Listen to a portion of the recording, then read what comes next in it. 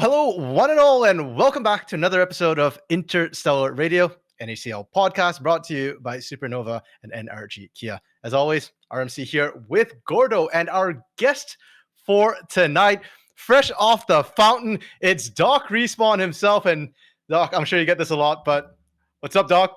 How's it going? Nice to see you guys.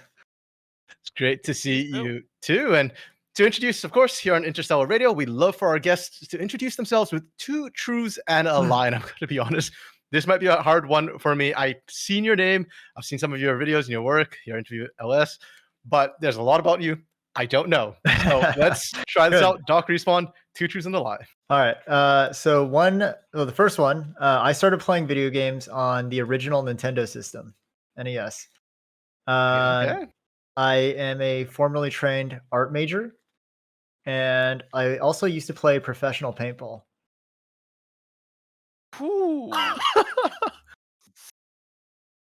These always end up tough, though. There's Yeah. people just start talking about their families and stuff. Things we'll never know. But all right, I don't know. I guess question one that we got to figure out is: does professional paintball exist? It probably does. I'm sure it does. Like, actually, how would you define professional? like pro. Like there's actually tiers. There's like division 5 to D1 and then pro. Yeah. Oh, okay. Well, so, sounds like he knows what he's talking about. So you know what? maybe that's right. true. You could say that about anything, but I don't think that proves anything. But you do you, RMC. Oh, and then an art major. I know you're a physical therapist. Can you go from art? I guess you could go from anything into that, right? You can go from anything to anything, but I'm a little skeptical. I mean, I feel like I don't know. There's some art behind him. Doesn't prove or disprove anything. It's not helping. Worthy consideration. NES is kind of old, but I feel like originally started playing games on NES. How old is Doc actually? How old is Doc, or how old was the tech that Doc's family kept in the home? You know. Yeah, because even I think my first console wasn't even the NES, and I'm pretty old. So. I had DSL internet until 2015, so anything's possible. Okay. I got nothing on this, so you know what? Which one's a lie? I'm gonna bet he peaked like tier 1 in paintball or something. Okay. You know what? Number 3. I'm gonna cheat a little bit because Doc forgot to do this, and he was coming out the last second. So I'm gonna say the third one's a lie. Which was the third one? Paintball. That's a good logic. Okay. You guys are actually right. You guys are right. Yeah. No, I did play. I played collegiate paintball, and I played with a bunch of pros. We won a championship. I was even more right. So I was pretty good, but I was definitely not professional. But I went to college as an art major originally, and I dropped out, joined the Army, went back to college as an exercise science major, then went to physical therapy. And yeah, my cousin had an OG Nintendo, so I started playing when I was like 4 or 5 on a Nintendo. Wow. That's hype. Yeah. All right, that's good. That puts us at 3 for 4. That's kind of crazy. You at 3 for 4, Gordo. I'm 4 for 4 right now. Wait, did you get it right last week? Yeah, it's easy. Yeah. Oh, jeez. I'm 3 for 4. Losing to Baker? My bad. I thought we were aligned on this, but that's all right. I'll take my 3 for 4. All right. Well, let's get into the meat of things then. Doc Respawn. So for folks who may be a little bit less familiar with your work, like you said, you worked in physical therapy and esports and stuff like that for a fair bit of time. Could you help contextualize things for everybody a little bit? Maybe talk about some of the players and teams that you've worked with over the course of the last few years? So I am a physical therapist. I'm a board certified orthopedic clinical specialist, and I've since I graduated, maintained a full-time job as a physical therapist in an outpatient orthopedic clinic. But as a side thing, I really enjoyed esports and pro gaming and all that. So I was, I pursued that on my own, on my free time. And I was a team physical therapist for Cloud9 from 2018 until last year, EG from 2019 to last year, 100 Thieves for one season. I'm happy to say that every team I was affiliated with did win a championship in the time that I was with them. So yeah, I've been a part of 6 LCS championship rosters at this point. Worked with players like, all over, Berserker, Perks. I've worked with individual players from other teams, Bjergsen, Core JJ, like not Core JJ, excuse me, Impact, a whole bunch of different people all over the league, and in the academy and amateur scene, probably dozens more who've just kind of floated in and out of the NA ecosystem. I also work with a lot of streamers, usually doing stuff online. I've worked with a lot of big like league streamers that you might all know, Charismai, Tempest, like LS, a bunch of different people. So yeah, I do a lot of content creation on my own, not all revolving around just health and wellness, although that's a big part of it. I personally am very interested in human performance, and so I love talking to pro coaches, analysts, players about how to maximize the ability to operate at a pro level or a very high level. Challenger players, like how do they get there? So that's always been an interest of mine. So I try to do stuff around that. Yeah, and that's really interesting as well because you say that you've worked with, LCS level players, amateur players, academy players as well. And I'm actually really curious in your perspective, like what is the performance difference, I guess, between these different levels? Like what is there something that separates them, or is it not about like the performance, the human performance aspect of it? Yeah, I definitely think I'm a big believer that there is talent in gaming. And Mhm. that sounds kind of crazy, but when you think about it, some people, the talent may not be that you're bigger, faster, stronger, like in traditional sports, but I do think that certain people adapt to the way that games are learned, skills are acquired, and mechanically played at a very, very high level much quicker than other people. A lot of what I've seen at the pro level is the ability to adapt very quickly to different circumstances and different game situations. So, for example, King, who was on C9 Academy, he was also on EG Academy, but he hit, so he's obviously Challenger, right, in League. Mhm.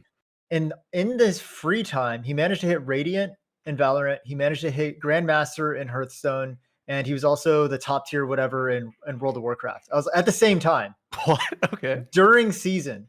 I was like, dude, what are you doing? He's like, well, when I'm not grinding League, I take breaks, so I play Valorant or I play this. I'm like, and you managed to hit the highest rank in the game. He's like, yeah, I'm just good at games. And he's not the only one. I have multiple No, yeah. players I've worked with who have had the same story. Mhm.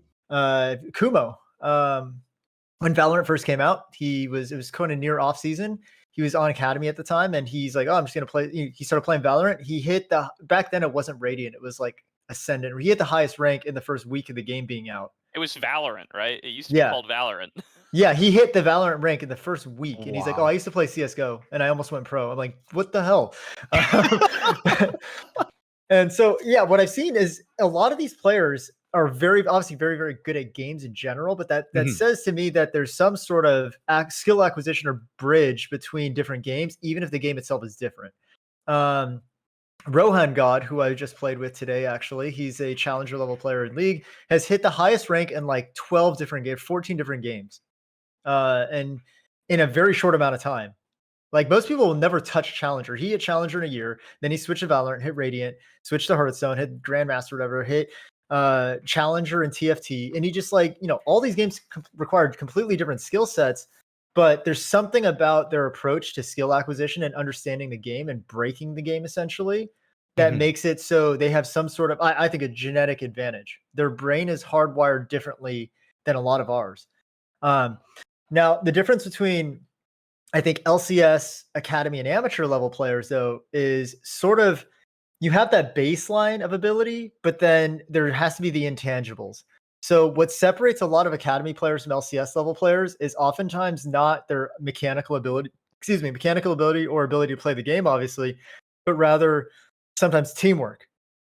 Maybe they Mhm. don't communicate as effectively. Maybe they don't respond to critique or coaching as well. Maybe they're a little bit slow to take on new roles or new responsibilities. Maybe they don't adapt to pro lifestyle the same way. The lifestyle for LCS compared to Academy is similar on certain teams, but definitely not the same caliber as like what it's expected out of LCS players.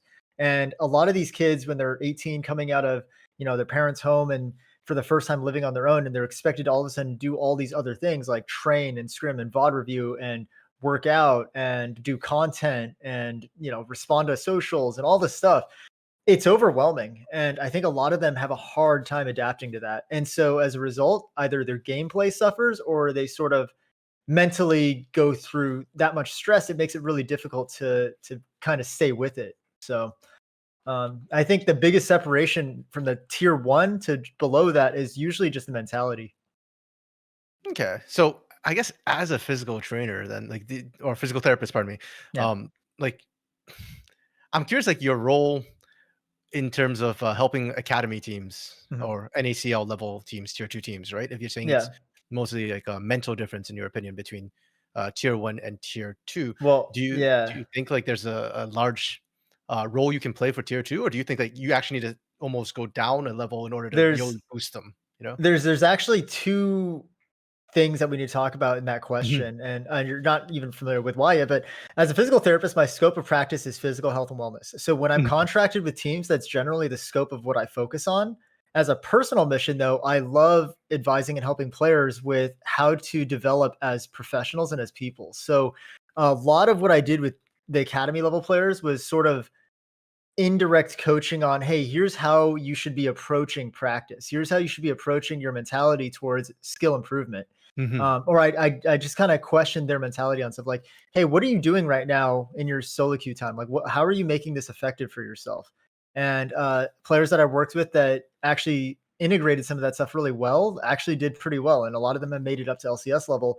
But a lot of it's also just changing their mentality towards stuff like, hey, if you're burned out, and it usually stems from me interacting with them on a physical health level, but then it translates into, okay, scheduling differences. How can we better optimize your schedule? How can we better optimize your sleep? Even something like, okay, players coming to me with wrist pain, I think it's an overuse issue. I'm like, what I want you to do is cut down on some of the solo queue hours, not the scrim time. You keep your scrim time, you keep your champs queue time, you cut down on solo queue. And each of those environments, you should have a different goal in mind. So if we need to cut your overall play hours, how do we substitute that time and make it meaningful? I want you VOD reviewing. Mhm. Instead of solo queuing to learn a champ, I want you to watch high level VODs from other regions, them playing that champion, write notes down, take what you learned into champs queue, and then you can then hopefully learn what you need to learn and then bring it into scrims. If you do that, now you're cutting your actual physical playtime down by like 30%, but you're still getting a lot of the same benefit that you would try to get from playing it in solo queue. So stuff like that, I really think is helpful for. It's almost inverse. It's more helpful for amateur academy players to learn that way, Right. less helpful for LCS. LCS, it's the opposite. They've gotten to that level of doing what they do. I don't usually try to advise them to change anything. Right. I just try to help focus specifically on the health and wellness side with them and let them do their own thing, unless they have a specific question like, oh, what's like a better way that I could structure practice or something. But most Mhm. LCS players have it pretty set. They're not questioning how they should train. They know what's best for them. I Right. see a lot more inefficiency in the amateur, academy level, especially amateur. Amateur, they have no Mhm. idea what they should be doing. They just grind solo queue. Yeah, and Yeah. I guess that's why, Yeah. the tier 3, and I guess the whole, physical part of your title there is almost deceptive Mhm. because it sounds really holistic how Yeah. you're kind of approaching all of this. And I So, mean, that's my philosophy in PT too, is like I approach even my outside of gaming, my patient care as a Mhm, holistic thing, right? Pain is very, very heavily tied into psychological state, to stress, to anxiety. If you're not addressing the entire human body, habit, lifestyle, I mean, you're not addressing the actual problems. I don't really right. like treating just specific issues. I like treating them as a person. So, Mhm. So Yeah. I'm curious then with the kind of migration because you talked about working with academy teams before. I don't know how much you've been working in kind of tier 2 NACL lately, or how many players. As you said, you've worked with individual players as well. mhm. Uh, how do you feel like NACL now, kind of compared to the academy of the past, is like doing to prepare players for that kind of big shift? Um, Do you feel like there's a big difference from most of the tier 2 players are now playing from home, most aren't kind of starting that lifestyle change earlier. Have you yeah. felt or experienced any of that kind of I in the I field? I don't know personally if there's been a huge shift because all of that started happening when I basically was kind of exiting my role with a couple of teams. Mm, But I theoretically I think that the current NACL system is not going to prepare players for LCS the same way that Academy did, because Academy not only, especially so the teams that I worked with the most and I knew the best, like Cloud9 and EG, had their Academy teams on site. They were playing in a scrim room.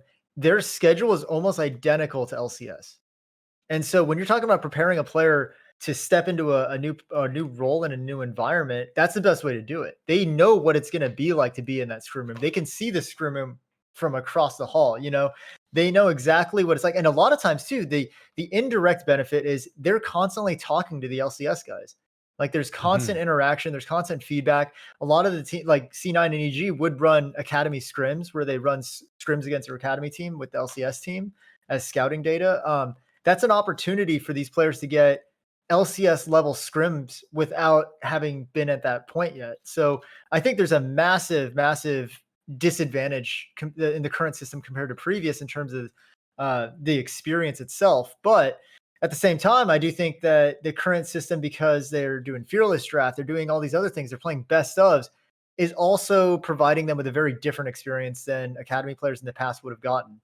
I do think Academy as a whole was rather flawed in the last few years.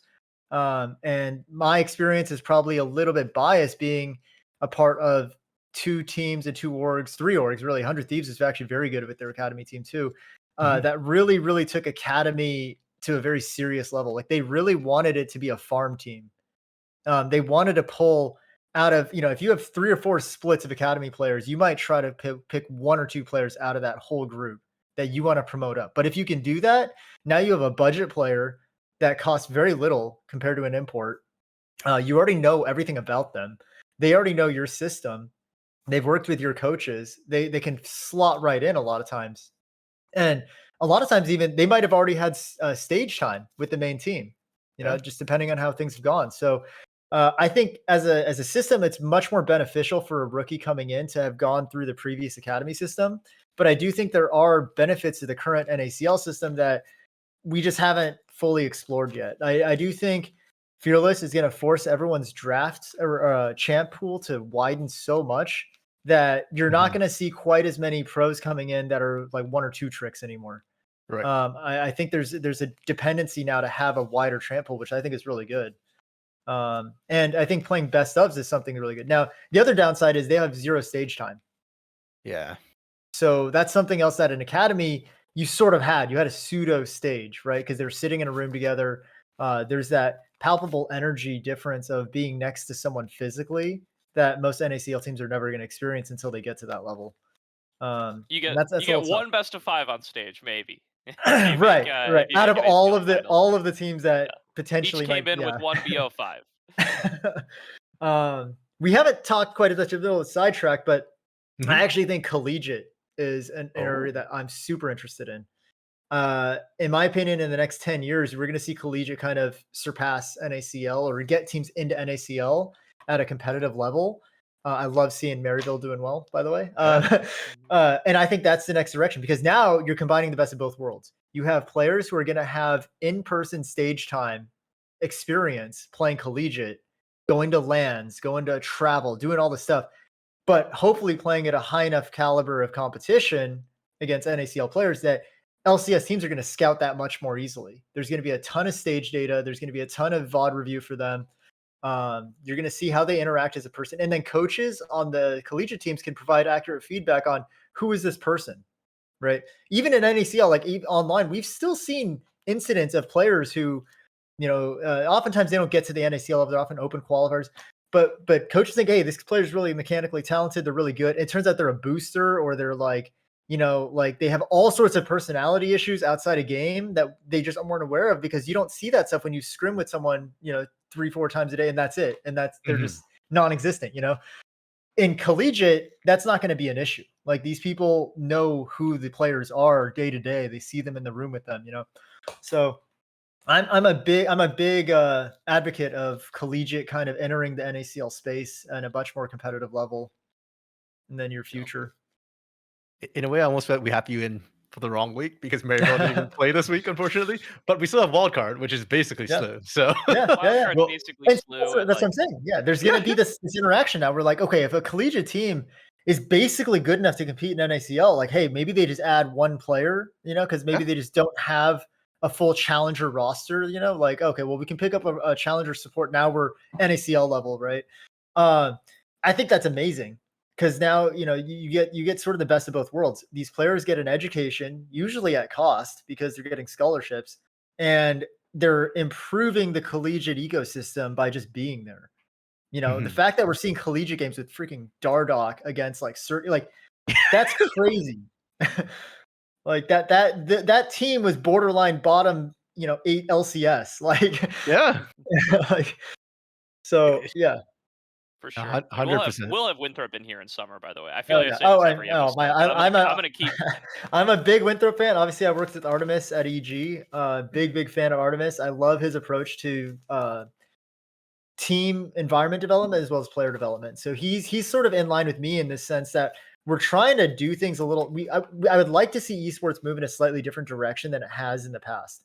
There's a lot, having worked in the industry, but there's a lot of resistance to change. And clearly change is something that needs to occur. We haven't exactly been successful in developing talent internationally here. And I think if you keep repeating what's been done, then you're sort of dooming yourself to failure. Like, there has to be some sort of risk taken. Okay, so collegiate, I guess, is the answer. It's the way. All in on collegiate, boys. And they have resources, you know? Yeah, and honestly, it sometimes feels like they've got more resources with the colleges starting to come on board as well. Every single university has more money than every pro org. True, Like, True. I mean, some of them literally right built their own arenas too. Yeah, so as of right now, yes. Money. Like, you got state schools that have more money than these pro orgs. So yeah, Oh, absolutely. Yeah. Actually, I did want to ask you though, Doc. You're talking about Academy and NACL. I'm gonna give you a hard question. Right now, which program created the better top teams? Academy or the current NACL? I think it's really hard to argue against like the previous C9 Academy.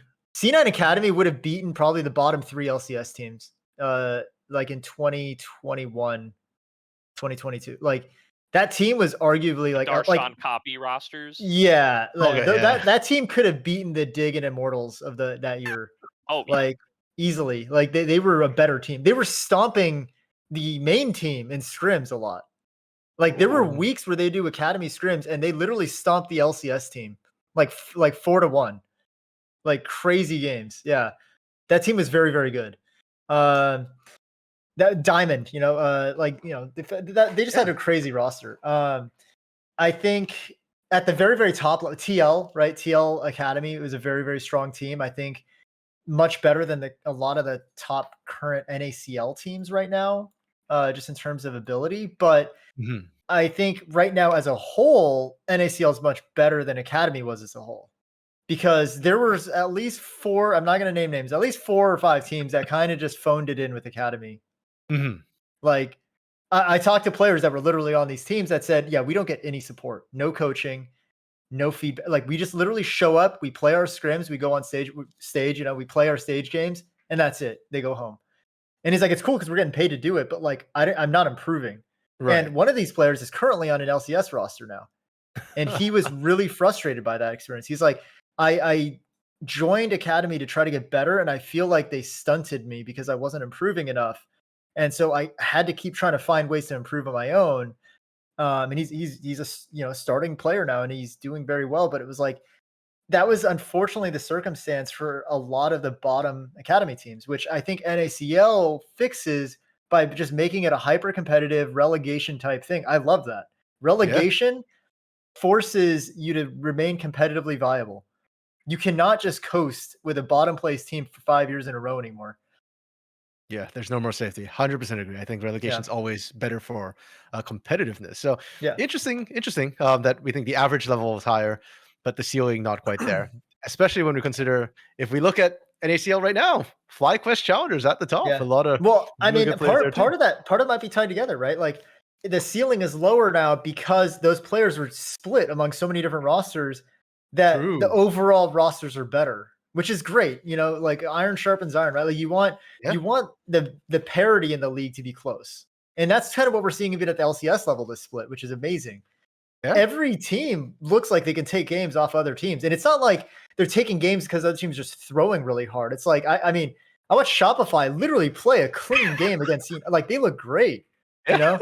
Oh yeah. And so I love that. I love that. We want every team to be losing 4 or 5 games. Like, you know, that'd be the best thing. We don't want to see the, you know, C9 17-1 over and over every split, because that means that they're going to go international and they're going to get destroyed.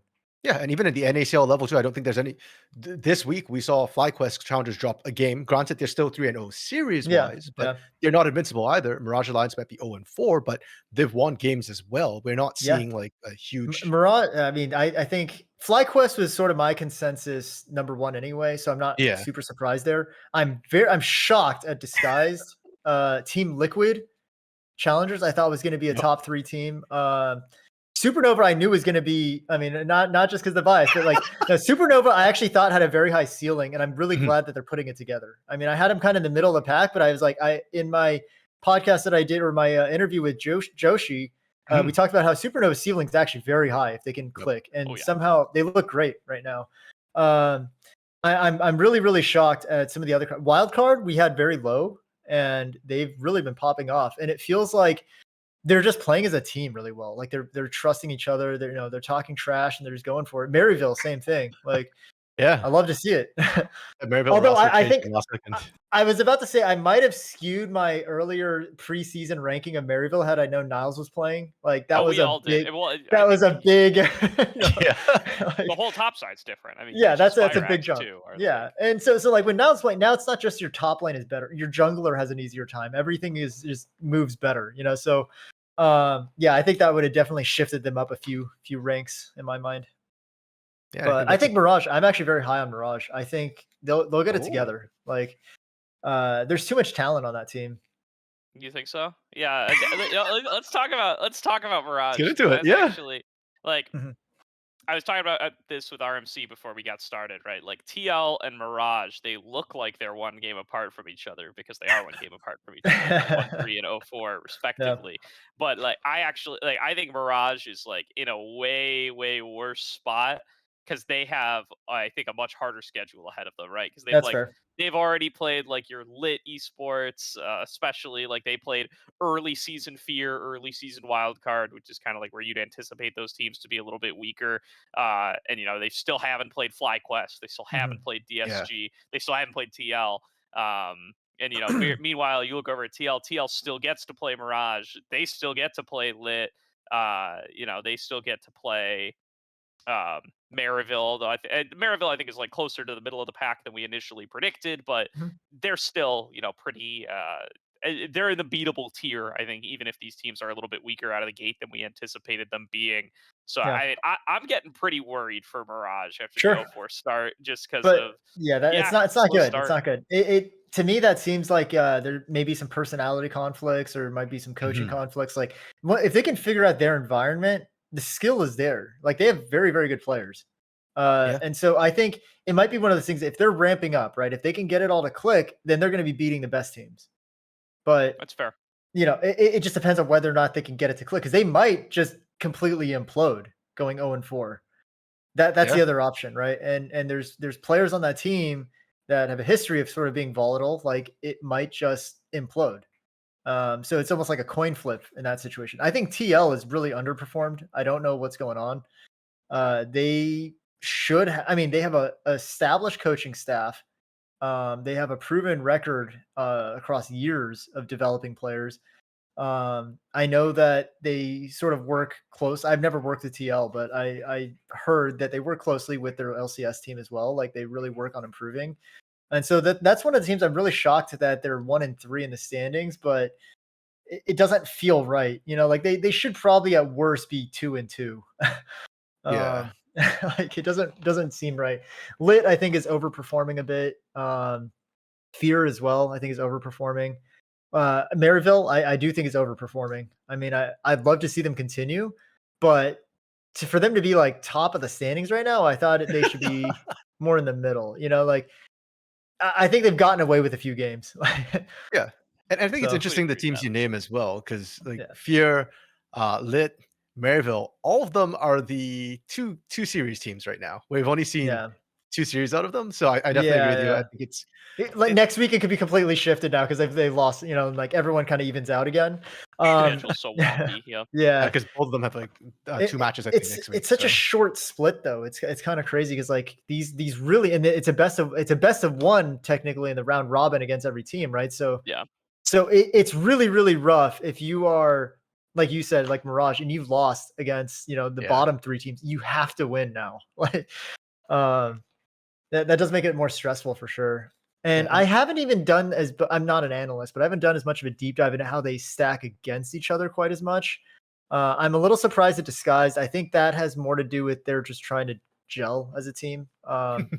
Obviously, Disguised being defending champions is also not really a valid statistic when the entire staff and players change. Like it's a different team. So Hey, they got Young. yeah, they do have Young, but like that's What's the minimum rule? 3 out of 5, I think. So yeah. You can't say it's the same. yeah. Yeah. I think a lot of these teams too, in a way, I almost feel like Disguised and Mirage Alliance, like, but for a flip of a coin, they could be in the same situation. If you Yeah. look at how the players are performing individually, like you said, a lot of talent, and they're performing sometimes in lane, and it just feels more like coordination issues sometimes coming through. Like they're not all on the same page. And we're seeing teams like I think Wildcard and Maryville, who perhaps the community were a bit harsh on Yeah. early on this split. I think Cubby mentioned it. They are more coordinated, right? They have that sort of identity. They know what they want to do as a team. And that's really starting to pop off. And that's taking advantage, I guess, of the early schedule. So my Yeah. question, you say you have faith in Mirage Alliance individually as players. Do you have faith that they can actually come together and coordinate their way I in? wouldn't go as far as say I have faith in it, but I think it's possible. Okay. So if you had to choose between a team that had really good chemistry early on or a team that had really, really good laning early on, which would you pick? Like at the end of season? No, like what would you want to pick in the later half of the season? I want a nice balance between the two. Well, of course. But no, I would take a rather lower have skill if I think they could mesh better. By really the end okay. I would rather have better laners Okay.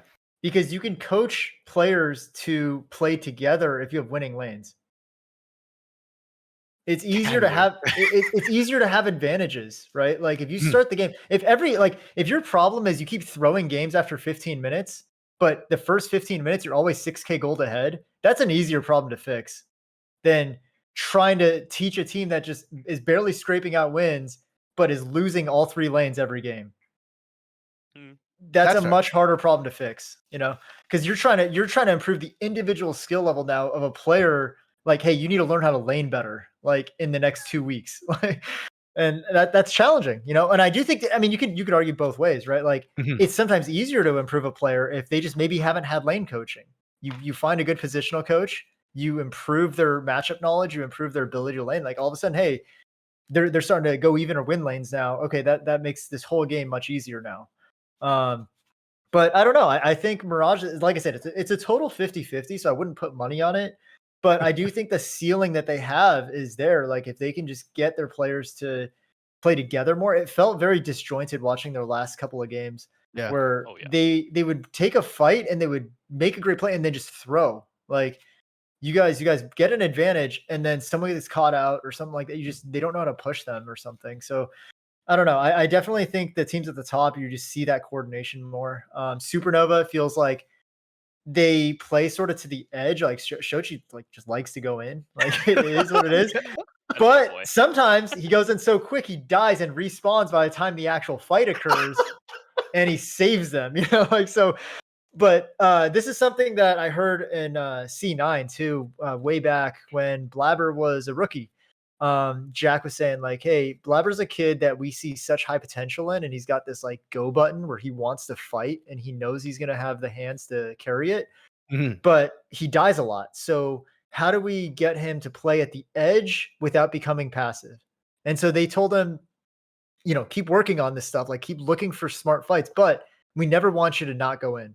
Like we're not going to cut you because you died too much. We want you to keep that fight in you where you're looking for the fight, always trying to find an angle, because it's much easier to play with that sort of player and know that they're just hyper aggressive than it is to play with someone who's so passive. You can't ever find a point to go in. So I think, I love watching Supernova play for that reason. Is they have those go buttons, but sometimes they lose the fight because they just take it. But that's still sort of a better thing because I do think they outhands a lot of the other teams. Yeah. They straight up just outfight them, and you can take a 4v5 if you just went in first and everyone clicks their buttons correctly. Like, you just blow 2 people up, and all of a sudden, hey, it's a 3v4. Like, yeah, and I think it really helps to, like, when I look at the team that kind of was built. When I first saw this roster, I thought, oh, this is a perfect roster built for Array when you've got like a lot of safety built in. But after watching Shoji play, I'm like, actually, this is a great limit testing team roster for Shoji, because even when he goes in, like you were saying, hyper aggressive, Faisal, Kenvi, they're always there to back him up. Diamond, Faisal has been phenomenal in lane. yes, He's been winning matchups he shouldn't even win with no backup. No, that's what I pressure. mean. Like, he's just solo winning lanes, and that makes it so much easier for the jungler. And then Diamond is, I've always called it, he's the gatekeeper of LCS. Like, he's the final boss, right? Like, as a support player, it's crazy, but he's got more academy titles than anybody. I think he's got what, 5? Like, he's got a lot because he won like 5 or 6. Yeah, because he won at least 2 or 3 on Cloud9. Did Cloud9 win? Yeah, Cloud9 he won 3 back to back to back. Yeah, in Cloud9. I remember that was with Palafox. That was when we got FlyQuest to pick those guys up. Yeah, he's definitely won some other ones in there too. I totally agree on Diamond. Diamond's always been the weirdest player to me because it's like, I feel like, and I started making this argument like really explicitly last split, but I think it's been true for the last couple of years ish. Is like the level between NACL and LCS hasn't like looked so wildly different. Like, I think a lot of guys have, when you make a mid-season substitution, you just take them right out of NACL, you put them into LCS. They very often do look like the same guy. Like, it really does. They're playing against tougher opposition, but all in all, and I think you saw this with APA, you saw this with Shaden, you saw this with, I think you're seeing it with like Meech and Masu this year. Like, they look like the same guys. They, and I will say certain roles are probably easier to plug in. Agree. I think Masu looks great. But if I had to, I was gonna say, if I had to pick a single role to put a rookie on, it's gonna be AD carry. Yeah. You put most of these NACL junglers up against an LCS jungler, you're gonna have a hard time. Yeah. And we saw a lot of that, right? So like Kenby right now is playing really well. He's doing pretty well again. And he was always kind of that monster in Academy as well. And so they thought, oh, maybe he's LCS ready. He goes to LCS, and it's a harder game. Like, it's a much harder game, and he struggled a lot. But I think top lane is another one where it's really, really tough. And we saw a lot of NACL or Academy level top laners struggle when they got to LCS, because you're on an island against Impact, and you have to somehow survive for 15 minutes. Like, this is a literal world, like, so Tenacity smurfing right now, right? Like, even though Disguise isn't doing as well, Tenacity's been playing great, like, in lane. Surdy, all these, like, a lot of these players who are doing really well in NACL struggled very, very heavily their first run in LCS. I think top lane is just a really tough role to step into, because you're immediately getting skill checked 1v1 all game. Like, but no, I think the overall, right, like, mid laners, ADCs, if you think about what pro level scouts are looking for in those players, generally it's mechanics. And I think that's the one area where NACL is evenly on par with LCS a lot of times, is the mechanics are great. And that's something that doesn't drop off just because you're an LCS now. You still have your mechanics. The parts that they struggle a lot with are like coordination, teamwork, all that stuff. A lot of times knowledge, just champ knowledge, which is also surprising to me. A lot of high elo players I work with just like literally don't read patch notes or something, or they don't know, like, they don't know what certain champions just do. Like, it is it is something that is the weirdest thing to learn, like, getting into this space and talking to players more, is like how you just have this idea in your head of like, oh, they're good at video games, so they must like know everything about the video game, and no, they do not. They go by feel. You talk item builds with them, and it's a lot. It's like, dude, why did you build it out? It feels great. Like, I feel like I have a lot of damage here. I'm like, what are you talking about? Like, dude, I have a friend who, and obviously this isn't even pro level, right? This guy's peaked master, but I have a friend who's peaked master who I found we've been playing this game together for 10 years. He's an 80 carry main. I found out last year that he did not know that Infinity Edge amped crit damage. Just a lot of AD, huh? Okay. Yeah, it's just like, I don't know. Yeah. Yeah, it's just a lot of AD Fantastic. is good in crit builds. I Well, I actually think that the new recommended thing is the worst thing that could have happened. Oh? Yeah, maybe I a little hate bit. recommended. I hate recommended. One, it actually slows me down because I know what I want to build, and I had to click away from the recommended options to find what I want now. And also, it started to. I think I'm only in plat, right? But like all these players now are just defaulting to random builds that it's recommended to them, and they'll flame you when you build something that makes a lot of sense in the comp. They're like, dude, why are you building that? They're like, who runs that? I'm like, are you serious? Do you not see like their comp? Like, I don't know. Like, and I think it's just funny because I'm wondering now long term what that does at the higher level. You know, like if you have a player who gets to challenger just being a mechanical monster and they just never learned how to build, they never even thought about it because they just built what's recommended and they probably get by a lot of times. It's interesting to think like what's going to happen long term because I do see that at the pro level at tier 1, that is something that coaches do harp on is like, okay, let's talk about build like they do talk about item spikes. They do talk about like, is it like Vagar V2 will go on for 2 hours with a player about like why it's better to start Sapphire Crystal instead of Doran's Ring in a matchup. Like, like, you know, little things like that. Yeah. Like when you should optimally back all that. So like everything matters. So in my conversation with Vagar V2, what he said is the difference between, you know, pro and just high level is generally the nitpickiness. Like Mhm. you have to spend an hour talking about the specific reason why you don't auto this one minion. And they have to understand that because that's going to fuck their way for the next, I don't know, I don't know if I can curse here, but it's going to fine, screw it's their fine. way, they're going to screw up their way for I the don't know next, if I like, can either, but nobody's stopped me yet. So.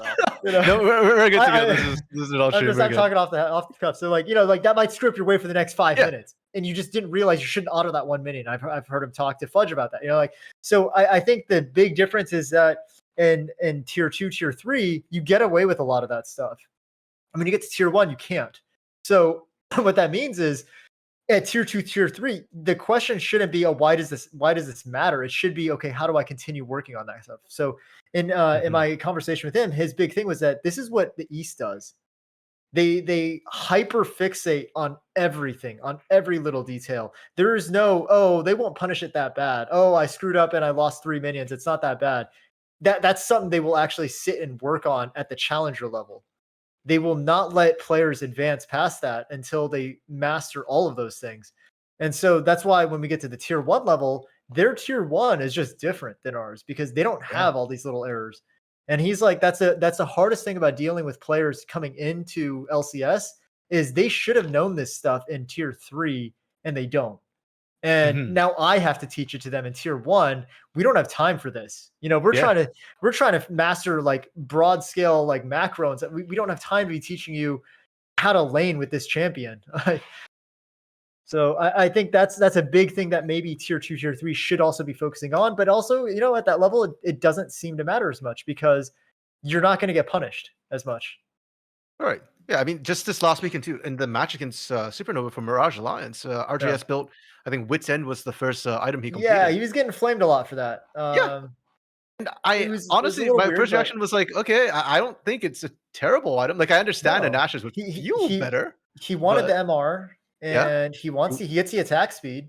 Why yeah, not? the It's a nice tenacity hybrid. on it's He, not bad either when you're doing it to he was Sejuani and he was Taliyah. also behind. So it's a little bit of a desperation build. Like I need to survive in lane until I can farm up to a real item. I think he went Wit's End into Nashers. So he ended up going the build path to get some damage anyway. He still has decent poke. At that point, I think he also realized he's not the primary damage carry anymore. Yeah. I think So Will was having like, a much better time that game. So yeah.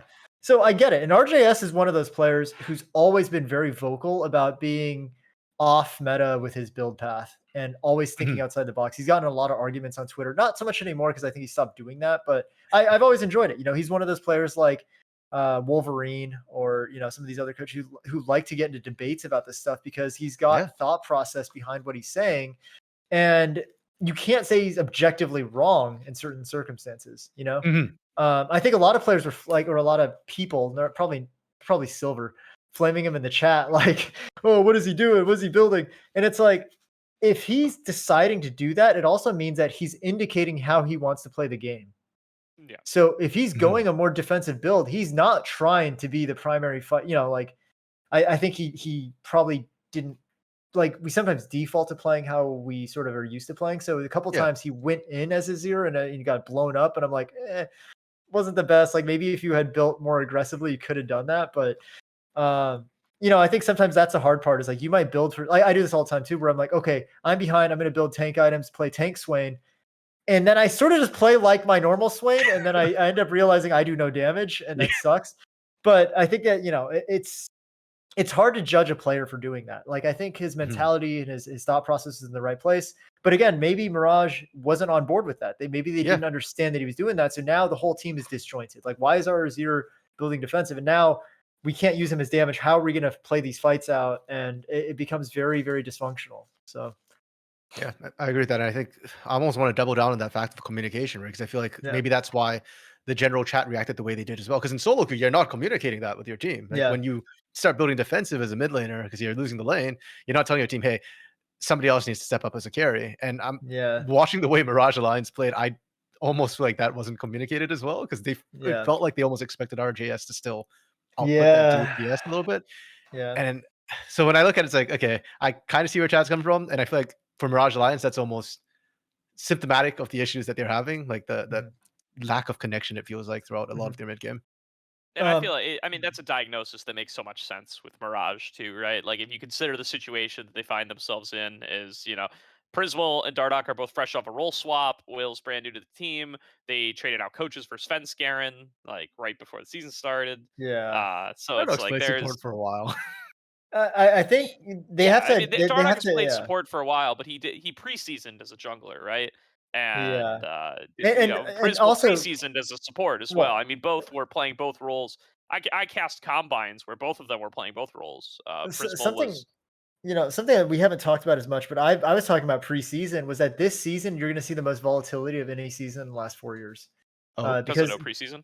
Well, no preseason, no time, and then they completely changed the map and everything about it. So the amount of learning curve is so much higher this season than ever before with no preseason to test anything that I think the volatility that we're seeing in both LCS and NACL makes a lot of sense. I said that I had a tweet that I put out, like, I think there's going to be more upsets this early season than ever before. Wait, hold up. So Doc, you said before that you think that the gene, that the talent that separates like the best players from the average players, or the good from the great, is their adaptability. So you're saying that this season would be the best season to go fishing for talent in NACL, then, right? Because it's who can adapt fastest. I do think that this is sort of a proof. I mean, we already saw this in LCS. This is a prove it year for a vast majority of players in the LCS. Very few LCS players can be totally comfortable in their slot, right? And that's why we're also seeing right now in LCS, some of these bottom tier teams are really fighting. Like we haven't seen this out of the bottom 2 teams, 3 teams in previous seasons in LCS where Dig, Immortals, like Shopify, they're really attacking the other LCS teams, like really playing to win, not just playing like, oh, we have an okay loss. Like they're going after them. And a lot of times, even when they're behind in gold, they're taking fights. They're trying to be proactive. They're really trying to push the tempo in the games. I don't think any player right now feels totally comfortable in having a spot next year.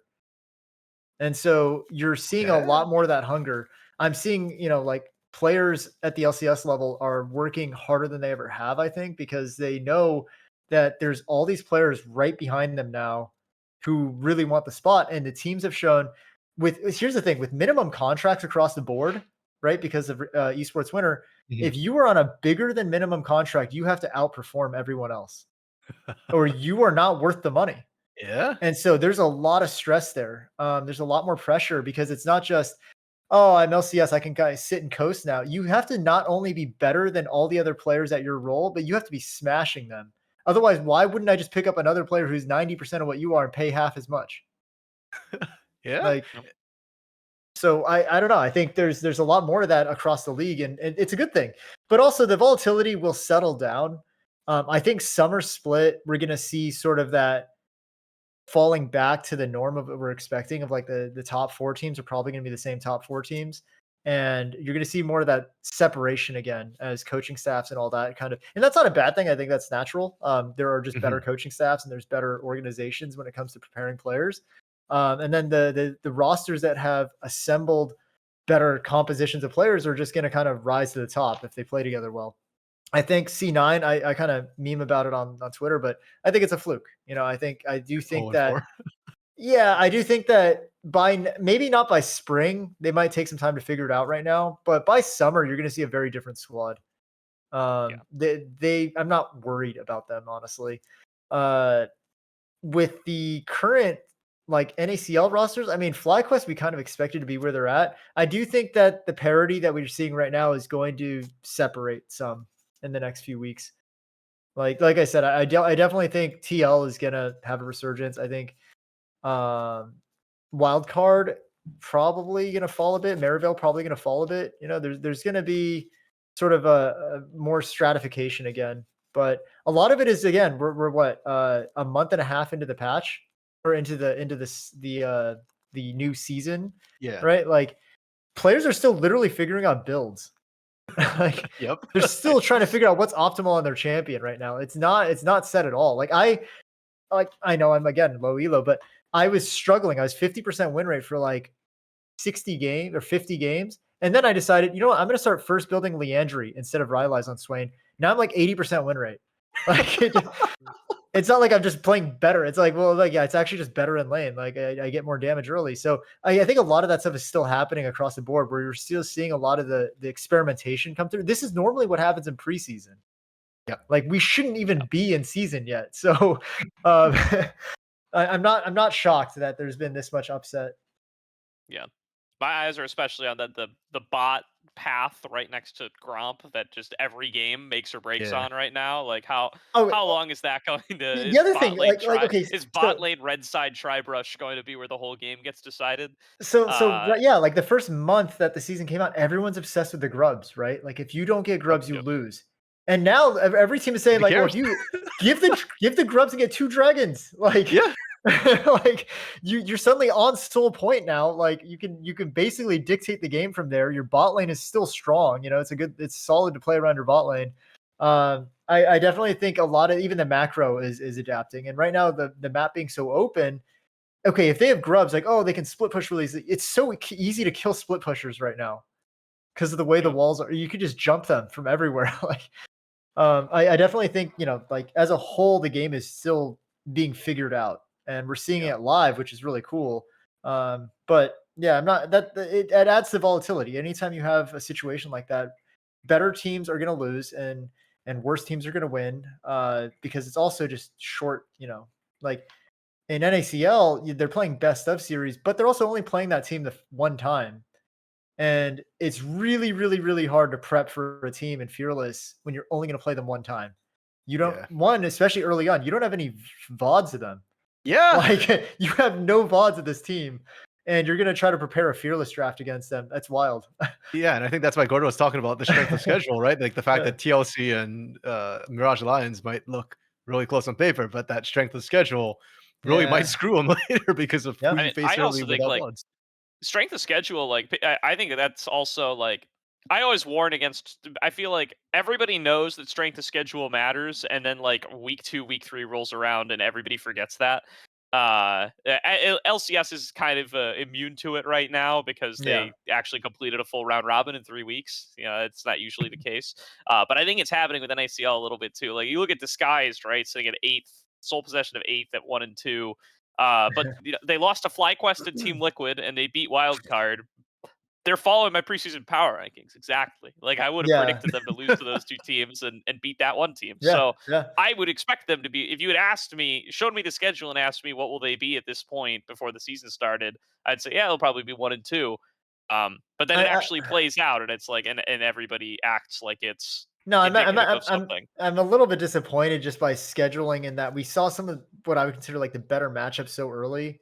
Like, I'd want to see FlyQuest play against this guy's, like, 2 or 3 weeks first from game. now. Yeah, I do think that was a banger first game, though. Of course, get people in after LCS. But you're not seeing either team at anywhere near their peak. So it's a little bit, it's tough. I do agree though, because that's why I think 2 games would be ideal. Like 2 series, like double round robin at the beginning.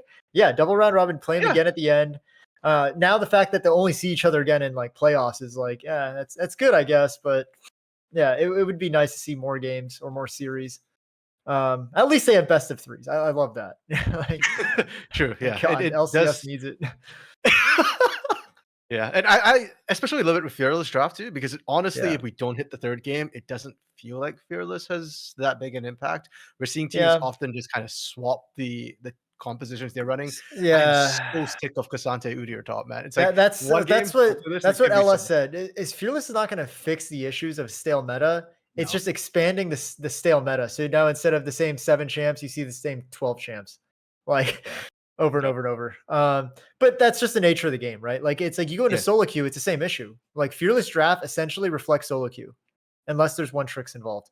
Where the basic strong 15 champions are always going to appear in solo queue. Like you're very, very rarely going to see too much variance over 100 games of those champions. So I think that's what Fearless does. It just pushes. Okay, you got the tier 1 champions, and that's like the 4 that we would normally see drafted in any normal type of draft, and then you see the next 5 to 6 that kind of slot in under that are basically tier 2 champions, and everything after that is sort of what fits the comp. So yeah, Kasante Udyr. I mean, I've said Kasante kit wise just needs to be nerfed into the ground for years now. Like it's disgusting what that champion can do. Like just take his damage or something, you know. Like, but Udyr is also another one where it's like, yeah, anytime you combine just like super tankiness with high damage with high mobility, like how is that not pickable? They're opposite ends of the spectrum though. Like, because Kasante, his issues is that his kit does too much. Like he's got paragraphs written, and so Yeah. like it's kind of hard when you tweak his numbers up because then he gets too strong. And then Udyr's the Mhm. opposite, where his is simple sentences, but because Yeah. they're so simple, anytime you touch any of the numbers, it has like a oversized effect on Oh that. yeah, So it's like it's kinda Garen funny. too, right? Garen, Yes. they changed his W and his win rate jumped 7%. Yeah. Like Yeah.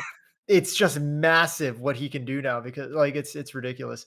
It'll be exciting this week too to see Smolder. I True. think Yeah. there's a I lot. don't think we'll see too much Smolder. There's a lot of Okay. variance, but yeah, the couple of games will be a banger. But Smolder right now is a champ that is like either 1-15 or 15-1. It's just unreal what that champion can do when he gets to 225 stacks. There's some Vega's been putting out some videos of him just like straight up one-shotting people under the turret with like a WQ. Like it's ridiculous. I'm trying to think which 80 carries in NACL would be the ones who are likely to pull out Smolder first week. Like, I've only played maybe 5 or 6 games on him. I feel like he feels more like a mage. yeah. So So Manui then. So Manui, yeah. Yeah, yeah. Anyone who plays mage's bot, yeah, they're gonna have a good time with him. I don't think he's blindable though, so it has to be sort of picked into the right matchup. Like if you first pick Smolder and then they go like Draven, I don't know, you're just gonna have how do you play? You can't walk up to the lane at all. Like you're just getting auto. He's very squishy, so like Mhm. if he gets hit with any engage, he's just dead, and he doesn't have the ability to trade damage quickly early on. So there's just never an ADC matchup where he wins the first like 12 levels. Yeah, you have to like Okay. dominate the jungle matchup, I guess, or Yeah, like, you and see that's the thing is if you pick a champ like that, now you're forcing your jungler to play around bot. Like yeah. so I don't know. But I mean, that's a lot of the bot lane champions right now Yeah. too. That's I've kinda, never been that impressed when people like just ego pick Draven or something, and you're like, okay, you're forcing bot lane or you're forcing jungle to play around bot, and then you lose your lane. And then like it's like, okay, you just screwed your whole team. Like I don't know. I've always felt like, that's why champs like Jinx and all that just never really leave the meta. Although Jinx is kind of bad right now. It's like or Ezreal, like you can always sort of fit them in and like find use for them. But yeah, the Fearless does make it more interesting. I think ADC is the most boring role when it comes to Fearless. Like you Oh, just really? there's I don't know. I just feel like you don't see that much difference. Like we've seen Jin, I like the Senna lanes. See at quite a lot of least. Jhin Yeah, there's a lot of Senna, Jhin, yeah. Varus, Yeah, and occasionally Varus Ezreal, is Aphelios. so OP right now. Yeah, Aphelios, like so it's like all these like sort of the same like 4 or 5 marksmen. Ash is really strong right now. Mhm. But it's never like anything spicy. We're not seeing a lot of mage bot, right? Because mage bot is so skewed in solo queue, but in competitive it's just not doing well, right? Like Seraphine bot, actually, I don't know what the win rate is. It doesn't seem like it's doing that well. I think But Senacera is. I mean, Senacera is a classic for NACL, especially, yeah. and Yeah. I think it's I've seen still a good, but couple. it doesn't get through a lot. Often, one half is banned. Mhm. Yeah, I mean, unless you want to double pick your bot lane on red, like that's so risky. Like, Honestly, Yep. as a viewer, I'm happy we don't see that lane often. I yeah, hate it's so No, it's surfing to boring. so. watch. They just sit there Yeah. and farm for 20 minutes, and like, Yeah, and then the team fights like slow down to an absolute I was gonna say crawl. The shield you ought to be generals. sold on some play around bot Draven games though. Keep your eyes on Anori B on BlackRock Esports. They're okay. doing really well in qualifiers right now.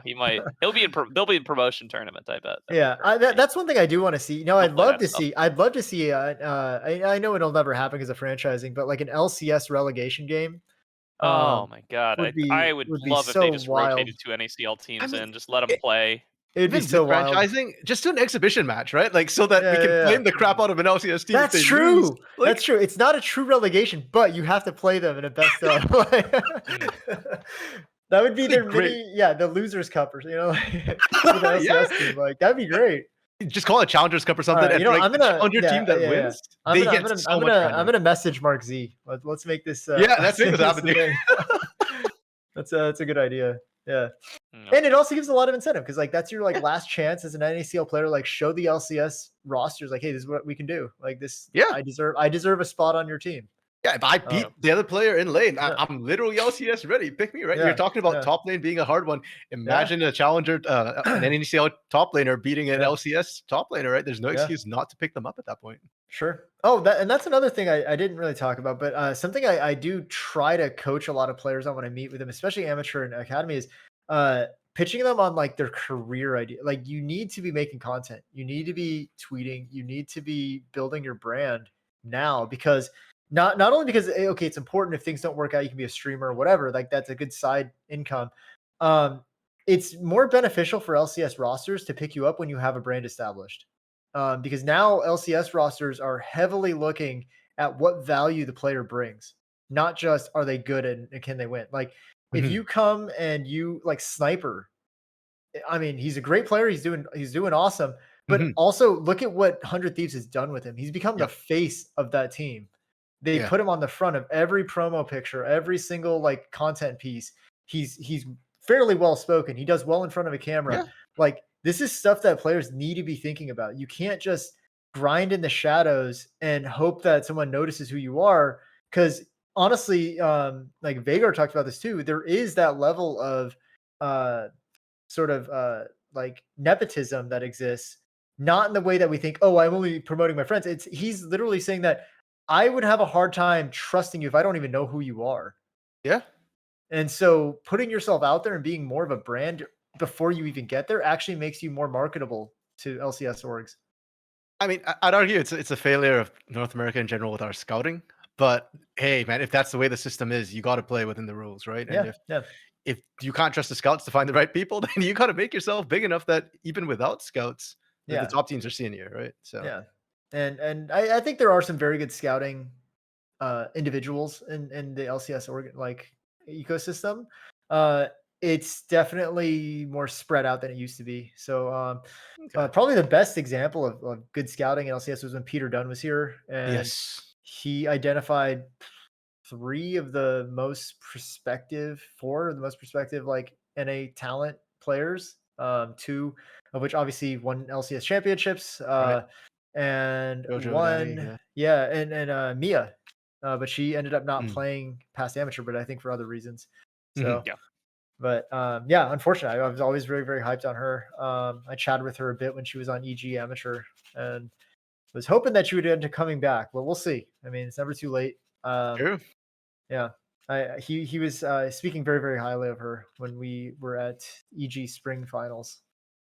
So, Well, yeah. so do want to talk a little bit about the elephant in the room as well, which is FlyQuest Challengers. They're so much better. They're so on top right now. They are I really mean, looking like the best team. so Uh, another person I respect a lot, especially for his ability to build teams, is Papa Smithy. Like he's consistently as a GM established very, very good rosters on multiple like 100 Thieves. Their academy team is always stacked. Their LCS team is always very, very good. I mean, obviously they ran with the same roster for a long time. on FlyQuest. You know, he put together an amazing LCS team. FlyQuest Challengers looks really, really good.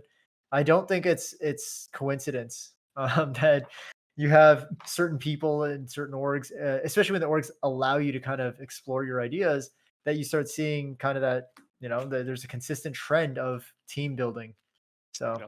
They also yeah, have I'm Andy not. Martin Yeah, over there as well, who I that's think true. is They brought him over. technically Yeah, has the role Yeah. GM, but yeah, I mean, yeah. same deal I'm though, not. right? I'm not sure if he went over there before they assembled the roster, like right during. But yeah, he's another one. Yeah, the roster that. So Andy's an interesting one because the rosters he's built at EG have never been hyped until they started winning. Like, Yeah, but I mean, this FlyQuest Challenges roster was a lot of that EG roster yeah, that, you know, yeah. he and Kelsey were putting together. So Kelsey's another one who scouts very, very well. And little pitch, I will be talking to her tomorrow, actually. So we'll do an hey, interview. So we'll have some more content coming out. We'll Very definitely be nice. talking more about scouting, player identification, NACL. Yeah. yeah, 100%. But FlyQuest Challenges. Let's talk about them a bit, Gordo, because obviously everybody thinks they're great. They were I think I haven't met a single person, I don't think, in the NACL scene who didn't list them as the top Oh, team coming into the season. I I don't know if mean, that's true for you all. you have what Shaden and Surdy arguably could have been. I mean, they were LCS for They a bit. were. They should have been They LCS. did Yeah. LCS time. I didn't know Quad at all, or Quad at all. Squad. Yeah. Quid's a different player. I made that Yeah. mistake going into the week Chime one. obviously has LCS time as well. Yeah. And Mhm. I'm a huge DeMonte fan. Yeah, true. So I actually have some personal stories about this roster. So Okay. yeah, so I talked about it a bit in my chat with Joshi, but DeMonte trained over the last year with Edward Cleland, who is a mental performance specialist who I worked with at 100 Thieves and EG over 2 splits, won championships both splits. He turned 100 Thieves from the Golden Guardians roster that it was into a champion level roster by the end of summer, which is why I felt very strongly about his ability to get the most out of players. Mhm. And then so I was the one who brought him over to EG. We ended up winning that split too after a abysmal 50% win rate for the first 4 weeks. I talked to him, brought him in, and like he turned the team around. They ended up winning that split. That was that dream run from playoffs, right? So Tanner DeMonte has been working with him over the last year, and so I think he's picked up a lot from Edward about how to get the most out of players, how to build chemistry, how to get players to trust each other, how to like establish a cohesive unit rather than just playing well, right? And the approach that Edward always had was let's develop relationships. Let's develop together as people, as humans, as a group, rather than oh, I just need you to fix your laning. I need you to like it's very, very holistic, his approach towards team building. So I'm hoping that Tanner took a lot of that with him. Mhm. Surdy is a player that I've often worked with for a while at EG, back and forth. He kind of bounced back and forth. He went to TL for a little bit, went back to EG Academy. Surdy changed a lot in the last 2 years. So the first split I worked with him, Peter Dunn said, you know, he's a player with a ton of mechanical ability. He lanes Mhm. very, very well. He always dominates lane. He has too much ego, and he would always take the 1v1 when he sees the jungler. He doesn't care. He'll fight and die. And like, it's just a lot of that. But then in talking to him over the last year, right before or before it was when he went to TL Challenger and didn't make it and they cut him. I talked to him and he's like, you know, I've completely revisited my approach towards all this. He went to the combine and he didn't get picked up, even though he was Mm. solo killing everybody. He's like, I've revisited my approach to the game and how I want to improve as a player. And he's like, I'm trying to be the best pro, not the best top laner. And he started approaching his whole life very differently. I have a ton of respect because he called me and we talked for like a good hour about his habits and lifestyle and all this stuff. And he said that, you know, he's cut a lot of the bad habits he had. He started looking at the game more as a means of improvement, not I'm the best top laner in the world. I just have to prove it. And I think it's really changed his mentality. I think going back down was really good for him. And he's one of those Mm. players that I expect will make it back in LCS because he's got a very different mentality towards his own ability to play the game now, which is showing. You know, he's playing really, really well. Shaden is always one that like had the potential, and I do think that maybe going to the starting LCS roster for that playoffs run was a little bit. I know those kinds of experiences either break you or give you that fire to like get back because he struggled and he had Yeah. a really rough series in playoffs when EG got knocked out. So it's nice to see him bouncing back and like doing really well here. But yeah, I've worked with him a few times too on EG on C9. Yeah, hopefully he can continue. His issue for me was always just his ability to communicate with other teammates. He's like sometimes shuts down or gets really quiet. So hopefully he like is a leader on that team. Surdy's definitely a very vocal leader. I don't know any of the other guys, Chime or Sajed. Yeah, Sajid's new, so yeah, definitely newer. But as you mentioned before, like AD carries are kind of the easiest to scout. Like how are Yeah. their mechanical skills, and Sajid's mechanical skills are And really good. putting them with an LCS level support is always good. Like Yeah. yeah, like he's got LCS experience. Like Chime wasn't the best support in the league or by any means, but he was like, he played at LCS level and he had a bunch of good games. I think that experience really stabilizes a rookie bot laner. Completely agree. Quad, former LCK player, Yeah, so so he's fine. That's the kind of player you bring in, like just win your lane, like Yep. dominate your lane. But actually, that's what's interesting this week because FlyQuest Challengers lost their first game all split long this week. It was Saphir, and if anything, I felt like the solo lanes underperformed a little bit. I know Gordo, you told me before the show started, Sturdy was a little bit. Yeah, not Surdy doing tweeted that he well. was sick. Yeah. And he looked like it. It's, 2-11, yeah. especially That in this happens. Rumble game. That happens, like Yeah. sometimes Yeah. you just can't stop making bad decisions. Like I played one game of solo queue today, and that's what happened. I made one bad decision. It's like, oh shoot, and I compounded it by dying again. Oh I was yeah, like, I mean, oh no, this is I real can't even bad. play solo queue if I'm like a little tired. Like I don't, Yeah. it's I'll take any excuse to not queue up. Yeah. But Doc, Yeah, you only made the one mistake because you only played the one game. Yeah, Right? true. Right. That's why. I was like, oh, this is my message. I'm gonna hop off for the day. no, yeah. I pulled out a caster clash this year because I got COVID. Like I just Yeah. cannot. Yeah, it's not Yeah. happening. Yeah, But so I Quad can't as well. imagine playing at that level. Yeah, but Quad as well. I think I didn't really feel like his performance this week was honestly that good, and that's it. That's a question I want to pose to you guys too. Do you think was Toasty and Chad really stepping up and shutting down Quad, or do you think Quad perhaps not living up to that LCK Well, expectation, justly or unjustly put on him? every lane gap takes two players, right? Like one guy has to have a bad The day, and jungler and the mid laner, 2 players. Oh, but they like one leads to the other, right? Like you screw up early, now your jungler is kind of forced to do things that they wouldn't normally do, and now if things go bad again, and let's say the other player's having a good day, they capitalize, they outplay something. Now you're even further behind, so it like kind of compounds. I think it's really that's why I like best of series, right? It's really hard to make any jumps to conclusions based on one game because a lot of factors just sometimes go sideways, and then you don't really get to play the game the way you wanted to, and it kind of throws out the whole game plan. So I think maybe Quad not having as good of a game is sort of indicative why he wasn't on an LCK team, right? Like he's a challenger level player. Like he's got a lot of room to grow. So not surprising, right? We expect that kind of stuff at this. If a player's consistent at this level, they should be an LCS. Sure. Yeah. Like That's fair. Yeah. If you're consistently winning you should just be an LCS because you're clearly better than the rest of the players here. But Yeah. in NACL, that's kind of the fun of the game is that you see a lot more volatility, you see a lot more variance. I think it's nice to also allow players in a best of series to test things. Like maybe he was limit testing a bit. Who knows? Like Yeah. That's very fair. And just to be clear, we're not saying Quad is performing badly. We're not saying he's still not a top 3 mid laner. Just that the expectations put onto him as a former LCK player was that he would dominate every single matchup, every single lane, every single time, which as that's unrealistic too, though. Yeah. Yeah, but I mean, to be honest, he's getting pretty dang close to that too. Like he's, I if I were to pick like MVP, oh my god, I didn't even think about it until just now. That I was like, oh man, Quad, who is also Solka, is about to win Most Valuable Prospect, isn't he? It's the guy with 100 he even LCK qualify games for that? played. What? Does he even qualify for Most Valuable Prospect? There's no rules, baby. There's no rules for it? Mir won it last year, and Mir is Arthur. Mir went to Worlds. True.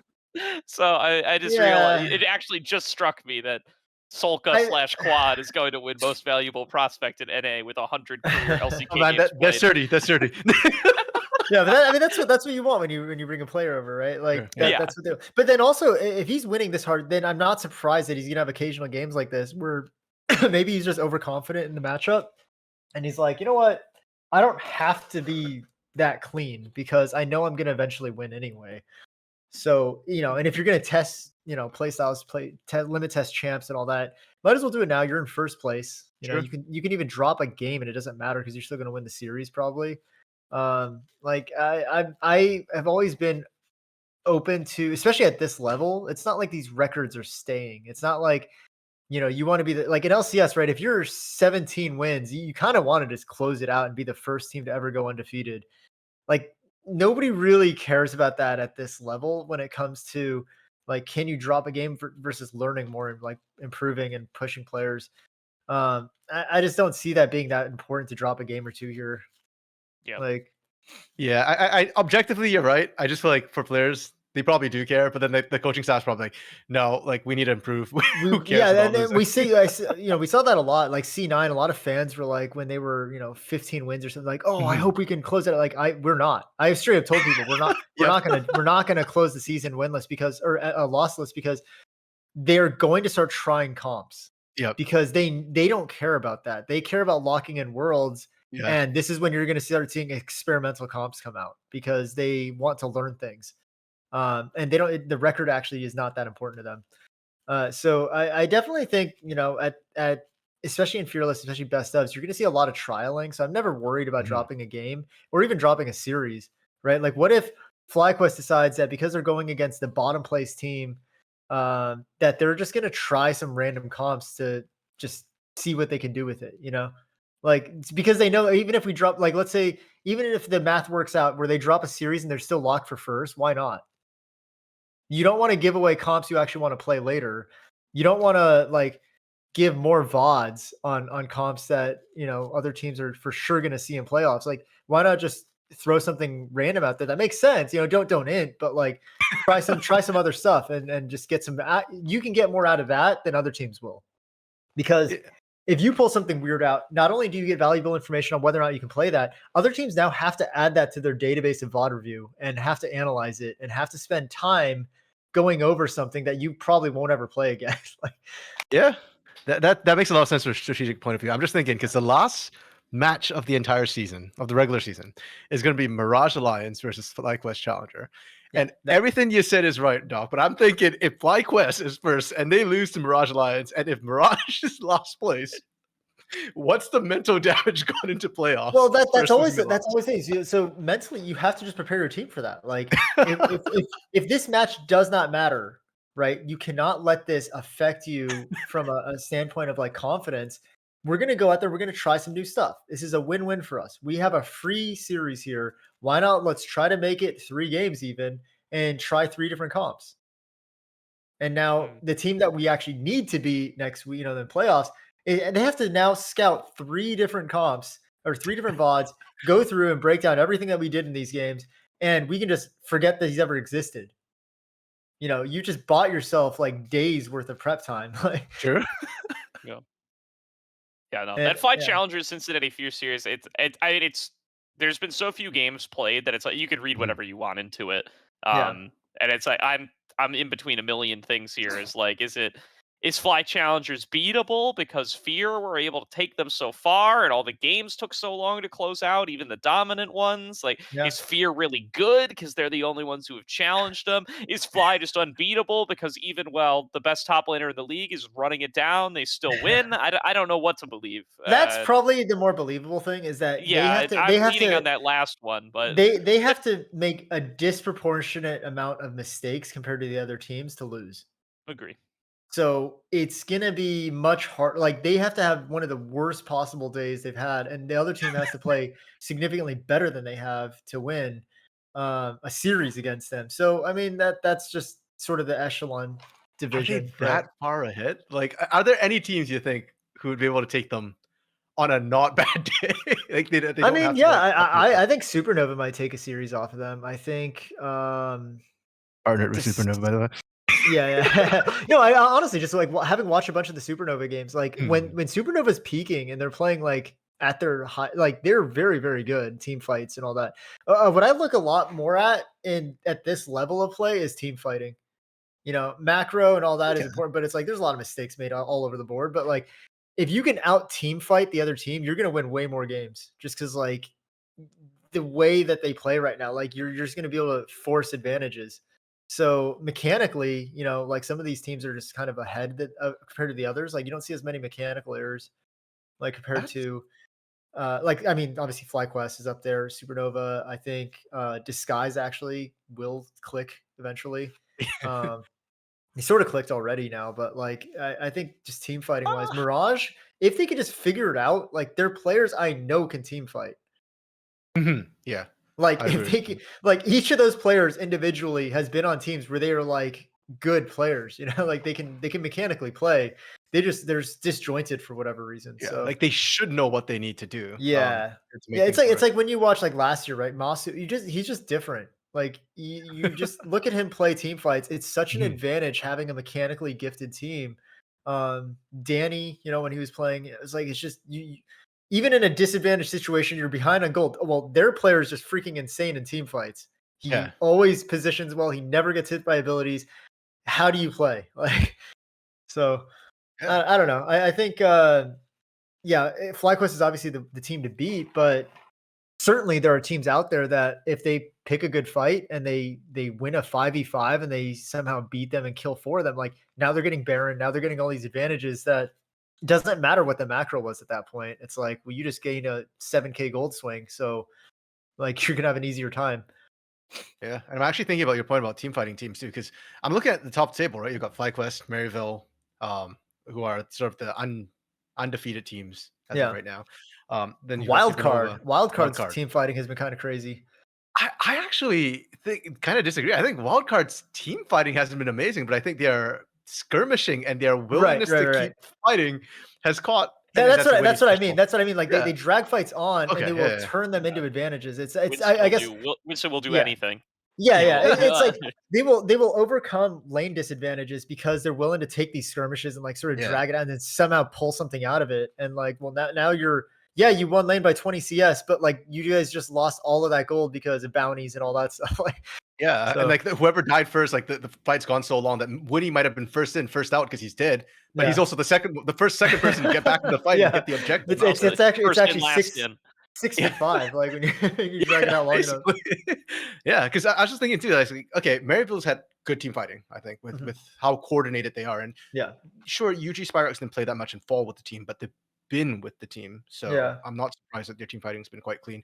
Supernova's team fighting has been really solid, but I expected that when I saw the roster they put. Like I said, Yeah. I thought it was an array roster at first. It kind of still is, but Yeah. yeah, that's Well, a team it's fighting nice to have two roster. carries. Like it's nice to Yeah. have two people. And the Faisal is just such a Two and a like half. Yeah, rock. Faisal can Yeah, definitely carry as well if you give him a He- Gwen or yeah, give him an opportunity. and Need to that's get nice. Yeah, Array to be more aggressive roster. It's like and that's the other thing with Mirage. Like it sucks because Alorum is playing so well, Yes, but yeah. they're putting him on tanks, and it's like yeah, Well, he's choosing to play play tags, this right? well. That's Like his. yeah, That's what I he's know, doing. that's what I mean. But it sucks because like that's like your best performing player right now is on a role Yeah. that he can't carry these games, so it makes it really really hard. Like bring back the Urgot, bring back the on-hit Nico. Yeah, I mean oh the only god. carries Alarms are Please no. playing, Okay, Ergot crazy. fine, but Nico no man. Unhit was Urgot, toxic. I actually okay. That's a hot take. But I don't think we're. I think Urgot might be a very high likelihood in the next. Like Urgot is super Yeah, strong right now.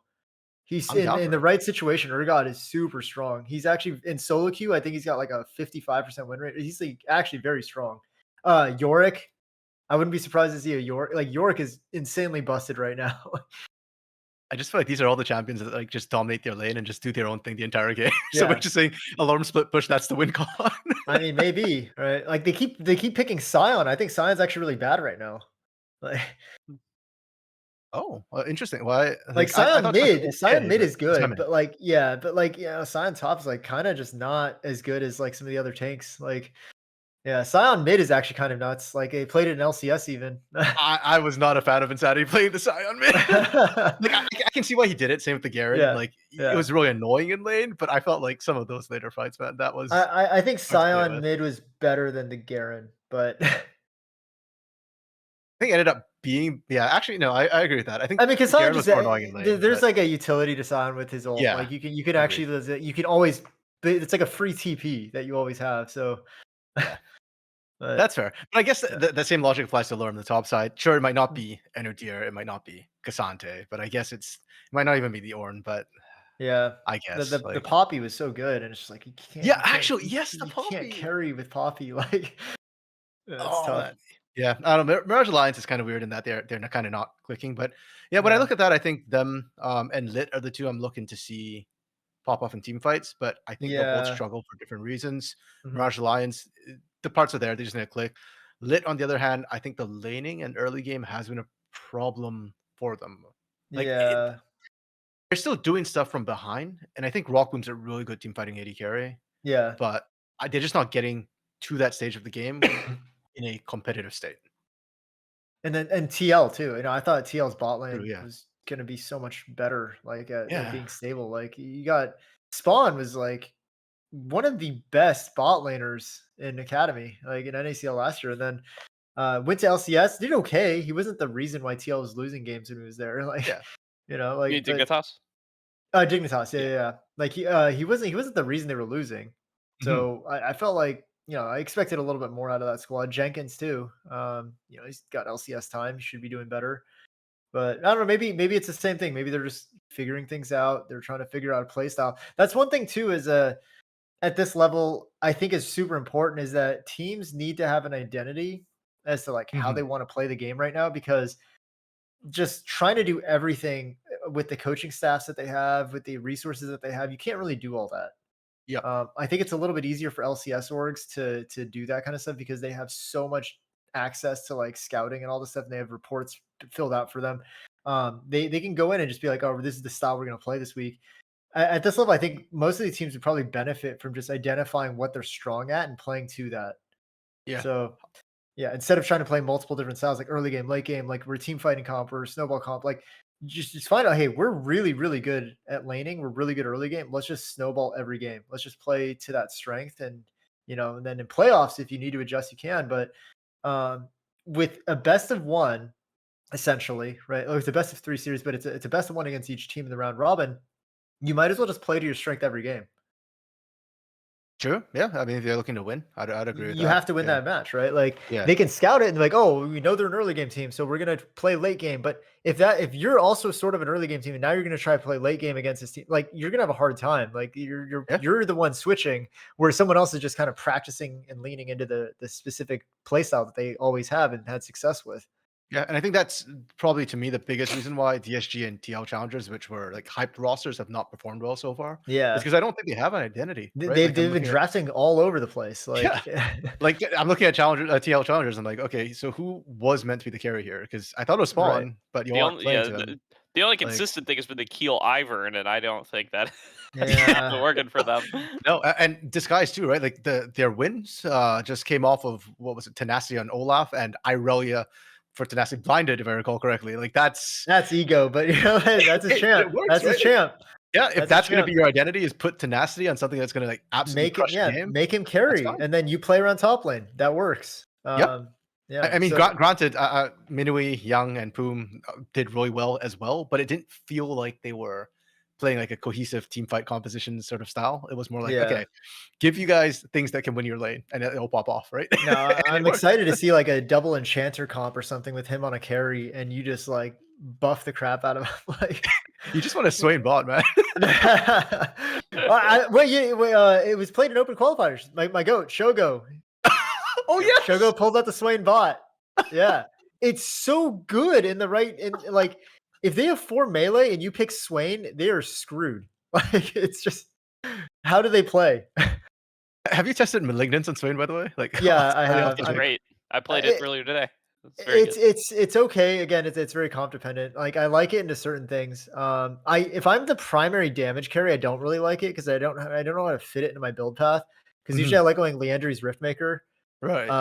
But it's really been okay. So I have a friend who's the best SNWIN player in NA, Fishlord. He's a top 30 challenger, and he's been running Leandries into not Crypt. I'm Crypt blanking. Bloom? Shadow. What does the item do? No, it's the crit damage on magic. Shadow Shadow Flame. Flame. Shadow Flame. Yes, Shadow something. Yeah. So he's been running Leandries into Shadow Flame and just blowing people up. It's so strong. When you finish that item and then you go tank item third or something, like you're just nuking people. It's built great for SNWIN and Malzahar. You get It's additional great. 30% for damage over time spells. So And it's literally built for them. yeah, so if you can finish those two and then get Rylise as needed, a lot of times I'm not even getting Rylise anymore. Yeah. Because I just think it's sort of not worth the cost anymore as much. I mean, there's still SNWIN players that swear by it, but I'm like, I use like move speed runes, and I don't really need the issue of sticking to them. So I'll just go like, Leandries into Shadow Flame into either Riftmaker, which is great if I can afford it. If not, I do it to Rylise, and then a tank item, usually Frozen Heart. And Frozen Heart into Abyssal Mask or Spirit Visage, depending on if I need sustain. And you're just nuking people and they can't kill you. Yeah. Like, it's actually so broken. But that's why I have a hard time fitting Malignance in, because it's so much more expensive and you don't really get the damage benefit until it's your second item. True. Yeah. Not first item because it doesn't give you the stats you want. Yeah, I really like Leandry's first item because you can build Haunting Guys first. And Okay. worst case scenario, if you're behind, you can just build like 3 Haunting Guises, and they do stack, and it's actually a lot of damage. Okay, yeah, because I heard like Malignant SNWIN is like permaproc on the Malignant, so I think it's pretty mid hard lane to maybe. play I've been too. playing SNWIN bot, so That's right, yeah. yeah. So in mid lane though, I think that's fair because you want the lost chapter. Like Yeah, yeah, I've been playing it mid. It's been pretty good. Yeah. If you're playing SNWIN mid, you need the mana. Like you can't play mid without lost chapter. I feel like so. Yeah. And Okay, bot lane, I run double mana runes, but yeah, go on. Sorry. I can talk SNWIN all day. I love this champion. Like, But no, I think actually, I think that's SNWIN's a perfect thing to kind of wrap up on there. But no, thanks so much for having on to talk NACL with us and talk your background with us. Dr. Respawn, it's been awesome to have you on. Thank you for having me. Yeah, absolutely. I mean, last word goes to you. Anything you want to shout out? Anything you want to say to everybody? Yeah, I hope it's a great end to the split. It's been really fun to watch a lot of the games and co-cast some of them when I have time. I'd love to see Supernova, go all the way again. Like almost made the final last time, right?